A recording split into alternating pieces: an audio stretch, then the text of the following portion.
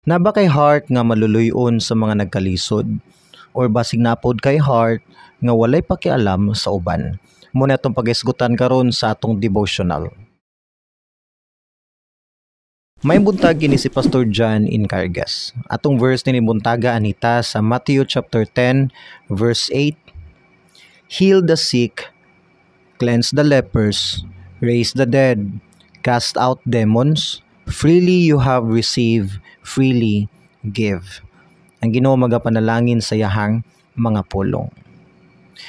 Part sa command ni Jesus Christ sa iyang mga katauhan, dili lang actually ang pagsimba, dili lang ang pagwalis sa mayang balita, dili lang ang pagbaptize, dili lang ang pag-train og mga leaders. Isa sa mga major nga command ni Christ sa mga katauhan is to support the weak. Ang pagtabang sa mga nagkalisod, pagtabang sa mga nagkinahanglan, pag-pray over sa mga nangaluya. Ingon si Christ niyo, heal the sick. Sa time ni Jesus Christ, wala lang siya nagpakaon sa mga pobre. Nagaayo sa gid siya mga masakiton. Si Paul o si Peter, si John, sa Book of Acts, daghan sila gipang tabangan nga mga masakiton.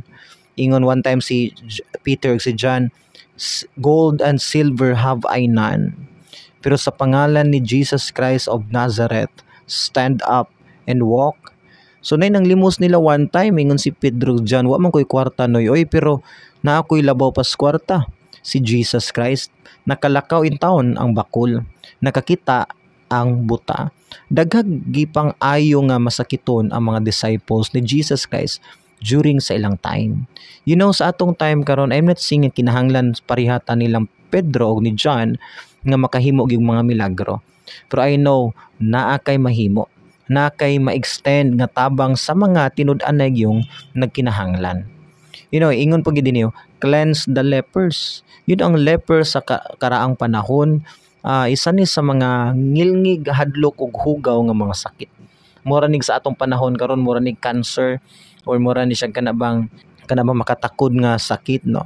Sa ilang panahon sa una walay cure ang leprosy. Unya once makasakit ka aning sakita sa una, i-consider na ka nga outcast, di na ka papuyon sa balay, dili na ka pwedeng hikapon, ipalayo na ka kay para sa ilaha sa culture sa mga Jew, hugaw mong gud ni daw nga sakit.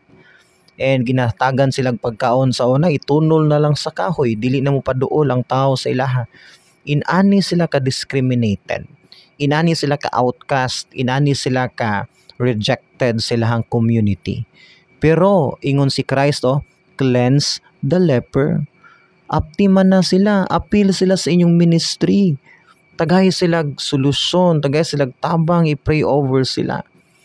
Kung ang leprosy or ang leper inani nga klase nga tao ipa-reach out gani ni Jesus Christ, unsa pa ka ng mga dili leprosy og cases. Nay mga cases nga gamay-gamay lang sa leprosy.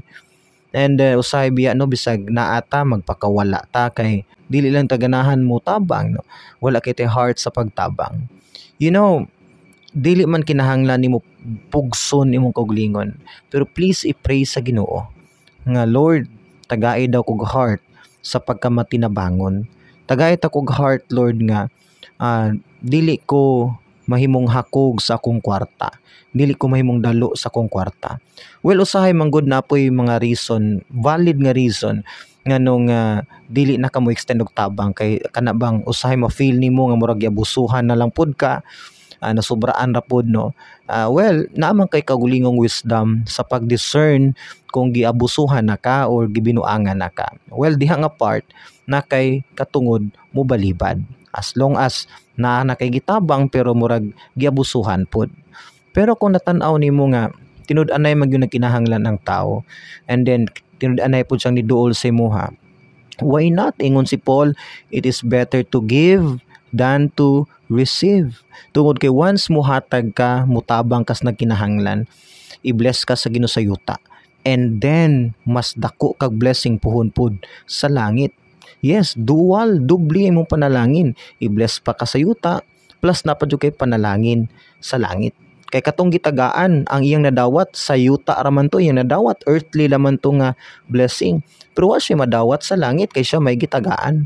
Pero ikaw nga naghatag, na kay hulaton puhon sa langit. Muna ingon si Christ, ayo pagtigom og bahandi sa yuta, nga anayon lang, kaunon lang sa taya, pagtigom og bahandi sa langit. In what way? Sa atong pagtabang sa mga nagkinahanglan. Atong ministry, wala man lang sulod sa church, dili man lang sa paghatag sa offering basket every Sunday. Isa sa purpose nga nag-bless ta sa Ginoo financially para maka-extend tagtabang sa mga nagkinahanglan, sa mga tabangunon, sa mga wala gyud. Usbo nako i-pray, Lord, tagay kog heart sa pagka matinabangon. Kay ingon ang Bible, malipayon ang tao nga nagahatag. Kung na kay attitude sa pagka manggihatagon, gaan kay imong heart, gaan kay imong feeling. Kay actually nailahi nga klase nga joy once makatabang ka sa uban. Kung naa kay kasing-kasing sa pagka matinabangon. Munang nay mga tao nga moadto gyud sa mga orphanage, moadto sa mga street children magpakaon, nay mga tao nga passion gid nila ang pagtabang sa mga kabus. Tungod kay abi nimo, para nimo sayang-sayang siguro na sa kwarta, pero para nila mo na ilang therapy, mo na naghatag nilag reason nganong magmalipayon sila. Kay naay lahi nga blessing yun sa joy, sa kalipay, sa peace once na kay heart sa pagka matinabangon. So again, pangayoon na to sa Ginoo nga unta naatay na nga klase nga kasing-kasing. Mas maayo nang natay kasing-kasing sa pagkamatinabangon kaysa kasing-kasing sa pagkadalo. Ang Ginoo magapanalangin sa mga pulong magampo ta. Father in heaven, thank you Lord sa reminder nimo Ginoo nga Lord usahay mahimo bi aming dalo, mahimo ming hakog sa imuhang resources Ginoo. Nagtuo mi Lord nga kawalan namo Lord ang pagtabang. Pero thank you Lord sa imong reminder today nga usa ka blessing Lord ang paghatag. Opportunity o privilege nga makatabang mi Ginoo. Pasayloa lang mi Lord sa mga butang nga kami nagkulang yun. Og tagay mig chance Lord nga naa mi heart sa pagkamatinabangon. Ang tanan na mo ginasalig in Jesus name. Amen ug amen.